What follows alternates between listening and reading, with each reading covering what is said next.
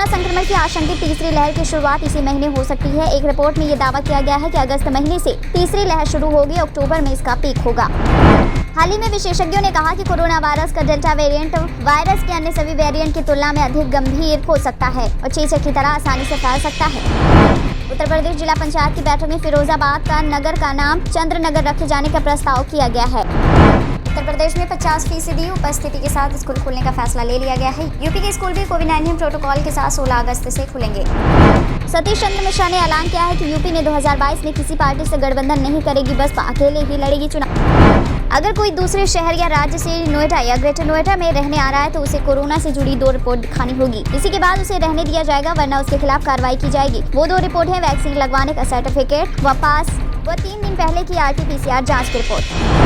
मुहर्रम के लिए प्रदेश के डीजीपी मुकुल गोयल ने गाइडलाइन जारी की है। इस गाइडलाइन के अनुसार यूपी में 19 अगस्त को प्रशासन ने किसी भी तरीके का जुलूस निकालने पर पाबंदी लगाई है।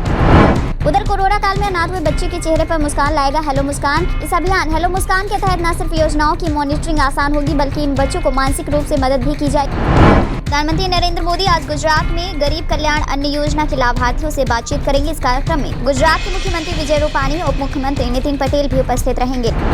राहुल गांधी पर केंद्रीय स्वास्थ्य मंत्री मनसुख मंडाविया का पलटवार, कहा जुलाई में जिन 13 करोड़ लोगों को टीके लगे उनमें से आप भी एक शामिल हैं।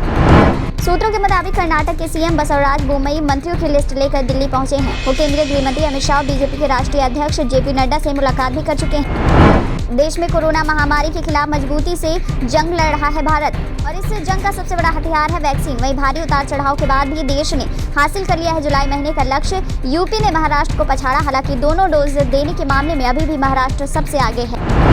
आपकी पंजाब इकाई की ओर से चंडीगढ़ में जारी बयान के मुताबिक मुख्यमंत्री ने दिल्ली स्थित आवास पर आप विधायकों के साथ बैठक की और कहा कि पंजाब में आपकी ओर से मुख्यमंत्री पद के उम्मीदवार के नाम की घोषणा जल्द की जाएगी। विदेशों में कोवैक्सीन की पहचान बढ़ाने के लिए खास तौर पर पड़ोसी देशों में एक प्रस्ताव बांग्लादेश में क्लिनिकल ट्रायल करने का रखा गया है। इसके लिए विदेश मंत्रालय ने डिपार्टमेंट ऑफ बायोटेक्नोलॉजी और भारत बायोटेक के अधिकारियों की एक टीम ढाका भेजी है। देश में फिर से डराने लगा है कोरोना, तो 11 हफ्तों की गिरावट के बाद अब फिर बढ़ने लगे हैं केस। भारत में 26 जुलाई से 1 अगस्त के पहले हफ्ते में 2.86 लाख कोरोना के नए केस दर्ज किए गए। ये इसके पिछले हफ्ते से 7.5% अधिक है।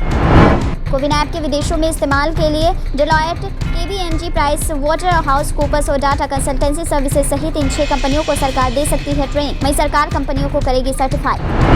महाराष्ट्र में भारतीय जनता पार्टी के विधायक प्रसाद लाड द्वारा शिवसेना भवन को गिराने वाले बयान पर अब शिवसेना आग बबूला हो गई। वहीं इस मामले पर शिवसेना ने अपने मुखपत्र सामना में भाजपा पर जमकर हमला बोला और लिखा कि तुम्हारी पार्टी का अंत निकट ही है। कोरोना की तीसरी लहर का खौफ बरकरार है, जिसका बच्चों पर सबसे ज्यादा असर होने की आशंका जताई जा रही है। लेकिन इसी बीच पंजाब, हिमाचल, उत्तराखंड जैसे राज्य में स्कूल खोल दिए गए हैं। इन राज्यों के अलावा उत्तर प्रदेश में भी स्कूल खोले जाने की तैयारी की जा रही है। भाजपा की हरियाणा इकाई ने 75वें स्वतंत्रता दिवस से पहले किसानों ने भिवानी से 2 सप्ताह की तिरंगा यात्रा की शुरुआत की है। वहीं जंतर मंतर पर पानी जमा होने के बावजूद भी किसान संसद अनुशासित और पूरी प्रतिबद्धता तरीके से जारी है। बीजेपी में शामिल होंगे अरुण यादव। इस पर चर्चाओं पर उन्होंने कहा, मेरे परिवार के नाम के आगे यादव लिखा जाता है, सिंधिया नहीं। वहीं अरुण यादव के जवाब पर दिग्विजय सिंह ने उन्हें शाबाशी दी।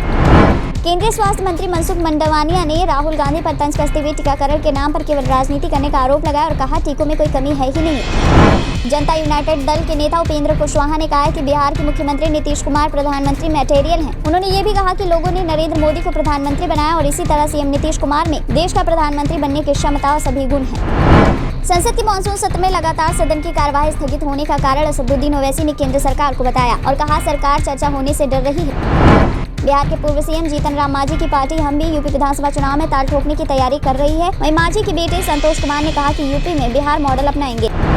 महाराष्ट्र सरकार जल्द ही राज्य भर में डायल 112 सेवा शुरू करेगी, जिससे पुलिस को आपात स्थिति में शिकायतकर्ताओं तक जल्द पहुंचने में मदद मिलेगी। लेकिन इससे पहले अगले महीने इसका परीक्षण और सुरक्षा ऑडिट किया जाएगा।